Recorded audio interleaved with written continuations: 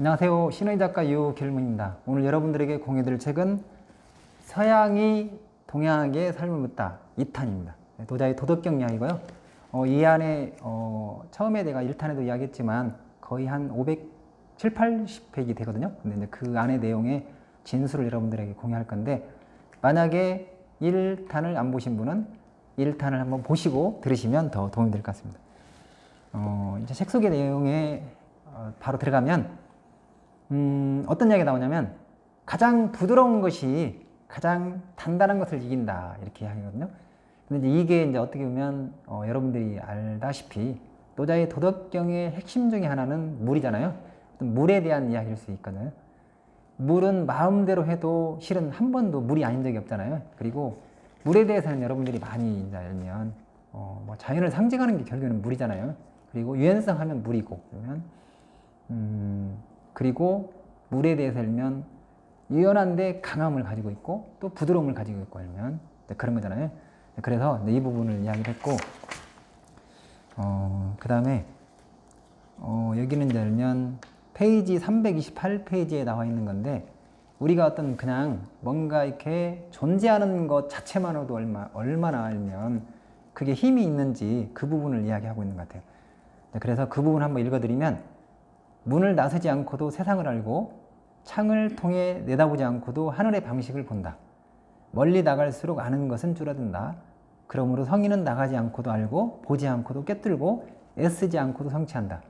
물론 막 우리가 뭔가 노력하고 힘을 쓰는 것도 물론 중요하지만 그것이 능사는 아니다, 알면 뭔가 존재하는 것 자체가 알면 그게 힘이 있는 거고, 그리고 그게 의미가 있는 것 알면 그 내 존재, 지금 현재 내가 있다는 거 의미를 해석을 하고 의미를 부여해라, 알면 존재 자체만으로 내가 가만히 여기에 있는 것만으로 알면 그것은 가치가 있는 거다. 이제 그런 부분을 우리한테 메시지를 주고 있는 것 같아요. 그리고 이제 그런 이야기 했어요. 이 부분도 너무 좋았는데 한번 들어보시면 좋을 것 같아요. 아는 사람은 말하지 않고 말하는 사람은 알지 못한다. 혹시 공감이 가시나요? 아는 사람은 말하지 않는데요. 대부분 우리가 아는 사람들이 말을 많이 하는 사람들이 아는 사람 같지만, 이제 노자의 도덕경에서는 이제 그 이야기를 하는 거예요. 우리한테 이제 일침을 가하는 거예요. 아는 사람은 말하지 않고 말하는 사람은 알지 못한다, 알면 너무 자랑하지 마라. 내 지식을 자랑하지 마라. 겸손해라, 알면 입을 다물어라, 알면 그리고 섣불리 알면 내가 안다고 해서 주변에 있는 사람들한테 충고하지 마라. 아마도 그런 이야기인 것 같아요. 다시 한번 말씀을 드리면, 아는 사람은 말하지 않고 말하는 사람은 알지 못한다. 이제 어떻게 보면 노자 도덕경 통틀어서 아마도 이 내용은 제일 중요한 우리한테 메시지 중에 하나인 것 같아요. 지금은 어떻게 보면 소통의 시대이고, 그리고 뭔가 사람들이 어떤 능력이나 이런 부분들을 많이 요구하잖아요. 그런데 내가 말을 잘하고 화려한 어떤 언변 이런 게 능사는 아니다, 알면 그리고 어떤 침묵이 중요한 거고 진정성이 중요한 거다, 알면 나를 한번 돌아보고 성찰하고, 알면 되도록이면 말을 적게 하라, 알면 상대방의 이야기를 공감적으로 들으라, 이런 의미도 담고 있는 것 같아요. 그리고 이런 이야기를 하나요? 어떻게 보면 우리가 이제 평범하게 이제 계속 하던 일을 계속 하잖아요. 근데 이제 여기에서 이제 이렇게 전하는 메시지 중에 하나가 뭐냐면, 이전에는 한 번도 해본 적이 없는 것을 한번 하라. 예를 들면 뭐 빗속을 한번 맨발로 걸어보고, 실은 어렸을 때는 이제 이런 것을 많이 했었거든요. 근데 지금은 성인이 되고 나서 그 다음에 또 도시에 살면서 이제 이런 부분을 좀 잘 안 하잖아요. 근데 빗속을 한번 맨발로 걸어보고, 평소에 만약에 요가를 안 했으면 요가도 한번 등록해보고, 사람들이 많이 모인 곳에서 뭔가 알면 다른 액션을 한번 보고 뭐 연설하거나 아니면 막 그런 거 있잖아요. 기존에 하지 않았던 것들을 한번 해봐라. 그러면 그게 결국에는 자신을 연마하는 거고, 알면 자신을 알면 가치를 높이는 거다. 이런 이야기를. 그리고 가장 중요한 것은 스스로 알면 스스로 자존감도 풍부해지고 성취감도 알면 새롭게 알면 생길 거다. 이런 이야기를 하는 거거든요. 그리고 여기 이제 또 그런 이야기가 있어요. 뭐냐면 뭔가 이렇게 단순함, 이게 복잡함 속에서 단순함을 보고, 페이지 430페이지 나와 있는 건데, 복잡함 속에서 단순함을 보고 사소함 속에서 위대함을 이루라. 그리고 어려운 일을 하려거든 그 일이 아직 쉬울 때 하고 큰 일을 하려거든 그 일이 아직 작을 때 하라 이런 얘기를 하거든요. 그러니까 결국에는 뭐냐면 큰 그림을 그리면서도 일면 작게 쪼개서 작은 단위로 만들어라 일면 그리고 그것을 일면 실행을 하라 움직여라 일면 너무 복잡하게 생각하지 말고 복잡함 속에서 단순함을 보라 알면 이야기가 저는 쏙 들었거든요. 근데 예를 들면 철학이잖아요. 이게 동양 철학이잖아요. 노자 도덕경도 그리고 문학이나 역사나 철학, 문사철을 담론에서도 이야기했지만 문사철을 하는 인문학을 하는 핵심이 뭐냐면 뭔가 복잡한 것을 단순화할 수 있는 능력 뭔가 그것을 추상력을 가지는 게 핵심이라고 했잖아요. 추상력의 핵심이 뭐냐면 복잡한 것을 한마디로 딱 압축할 수 있는 능력이라는 거죠. 그래서 어떻든 간에 일면 복잡함 속에 단순함을 보는 어떤 그런 게 필요하다 알면 그런 게 사소함 속에 이대함을 이루는 거다 알면 그러니까 큰 것을 보면서도 작게 일면 단위를 쪼개서 일면 그것을 한번 실행해봐라 그런 이야기를 하는 것 같아요. 그리고 여러분들이 이제 한 번 정도는 일면 접해본 내용인데 뭐냐면 천리길도 한 걸음부터 많이 들어보셨죠. 근데 이 내용이 실은 노자의 도덕경에 나와 있는데요. 그 부분을 한번 읽어드리면 아름드리 나무도 작은 씨앗에서 자라고 9층 건물도 한 줌 흙에서 쌓여 올라가며 천리길도 한 걸음부터 시작된다. 이런 얘기 나오거든요. 다시 한번 여기 말씀드리면 아름드리 나무도 작은 씨앗에서 자라고 9층 건물도 한 줌 흙에서 쌓여 올라가며 천리길도 한 걸음부터 시작된다. 이게 실은 노자의 도덕경에 나오는 거예요. 페이지 437페이지 나와 있는 건데 너무나도 유명한 문구잖아요. 그러면서 여기 이제 괴테가 한 이야기가 여기하고 매칭이 된다고 해갖고 여기에 언급이 돼 있는데 괴테가 어떤 이야기를 했냐면 그저 몰두하라. 그러면 뜨겁게 달아오를 것이다. 그저 시작하라. 그러면 어느새 이루어질 것이다. 그러니까 아주 자그마한 행동이지만 그게 하나하나 반복이 되면 그리고 단계 밟아가면 그 결과는 위대한 성취로 이루어지는 거다 알면 아름드리 나무를 바라 알면 처음에 아주 작은 씨앗에서 시작한 거다 알면 그런 이야기인 것 같아요. 너무나도 알면 소중한 우리한테 메시지를 주는 것 같아요. 그리고 여기 이제 책 속에 있는 그런 얘기가 나오거든요. 1 플러스 1은 3이다. 여러분 1 플러스 1은 3 공감하시나요?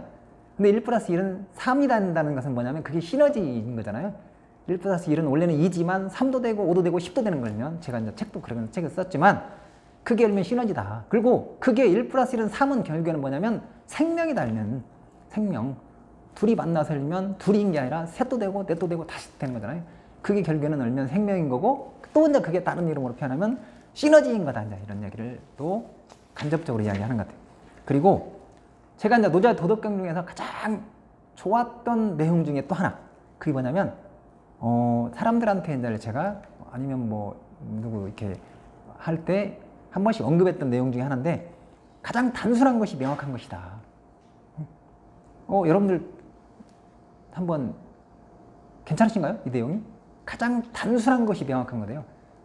복잡한 것보다는 알면 문사철 다시 또 말씀을 드리면 실은 문사철을 하는 핵심은 추상력을 기르는 거다. 근데 그게 뭐냐면 막 널려 있는 것을 단순하게 딱 압축할 수 있는 근데 그게 결국에는 중요한 거다.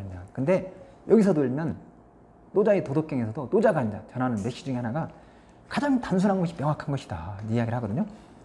그리고 또 하나 뭐냐면 바다가 모든 물줄기의 왕인 까닭은 스스로를 낮추기 때문이다. 겸손은 바다에게 그 힘을 준다. 이게 겸손의 어떤 미덕?